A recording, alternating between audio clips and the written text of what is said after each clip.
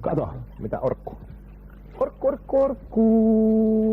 Voi Lukka, se jaksaa olla meidän tukena viikosta toiseen. No jotenkin kyllä vähän jo vaisu olo. No vähemmästäkin. Se on päivystänyt täällä jo 4 viikkoa, eikä varakurresta ole tietoa. Varakurre pitäisi saada.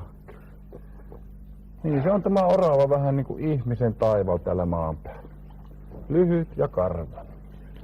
Varmaan se asuu niin kuin monet meistäkin Käpykylässä. Voi. Älä sinä kurre kuitenkaan ala ihmiseksi. Äläkä ainakaan laula, jos kyllä meille yksi laulava kurre riittää. Hän pitäisi rakentaa tuolle Käpyrauhanen. Onko?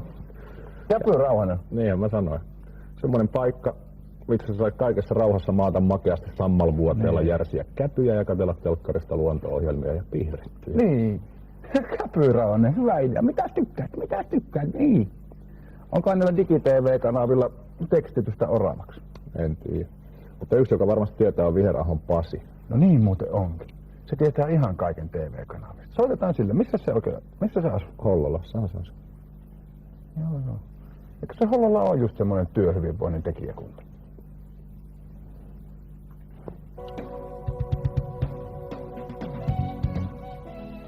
Televisio, tuo kuvalla varustettu radio, on yksi suomalaisten lempilapsia. Suuri on keskustelun volyymi silloin, kun seurue ryhtyy suomalaista TV-tarjontaa ruotimaan. Milloin näköradiosta tulvii liikaa riettautta, milloin taas valjua viihdettä, joka toimii unilääkkeen tavoin.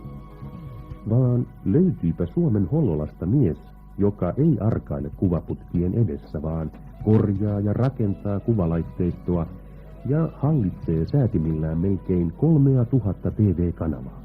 Pasi Viheraholle TV-tarjonta ei ole vain jäykkää, huonoa ja kulmikasta.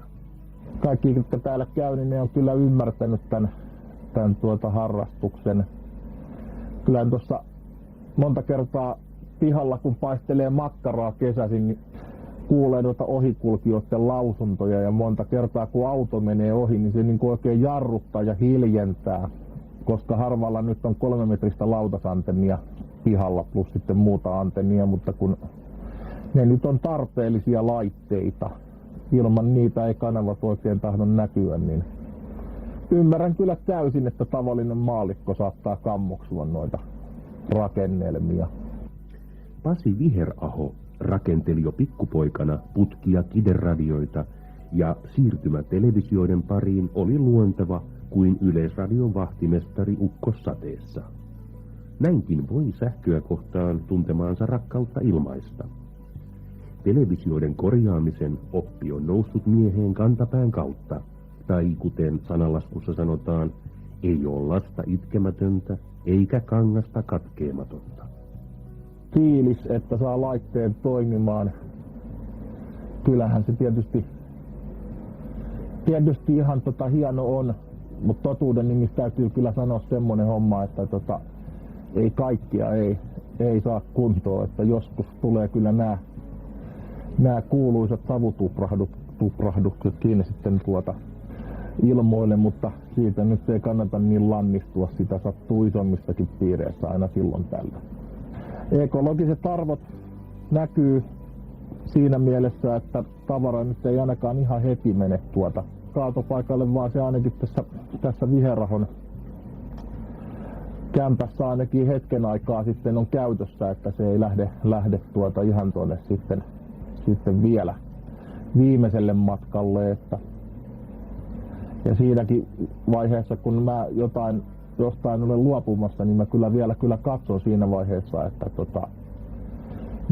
mitä siitä voisi vielä hyödyntää, josko siinä olisi vielä jotain hyödynnettävää johonkin toiseen laitteeseen, että tää on ihan tarkkaa harkittua toimintaa.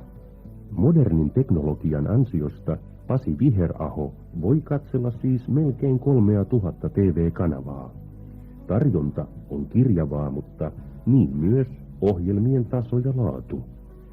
Kaikesta töllöttimien tarjoamasta ei suomalaisenkaan miehen tarvitse pitää. Kaikista kammottavimmat ohjelmat mun mielestä Tämä ei ole rasismia, jos joku sen näin ymmärtää. Mutta kyllä nämä arabiankieliset ohjelmat on kyllä semmoista, että sitä ei kyllä sekuntia pidempää kestä kyllä. Mutta tietysti hyvä, että näitäkin on, koska jokaisella yksilöllä tulee olla kyllä oikeus katsoa oman äidinkielensä ohjelmaa. Ja siinä mielessä niin on aivan hyvä, että noita satelliittikanavia on tuolla taivaalla. Se on niin kuin jokaiselle jotakin. Mitä elämä oli ennen lautasantenneja? Tuhansien TV-kanavien joukosta te katsotte parhaillaan TV1 ja Suomi-ilmiötä.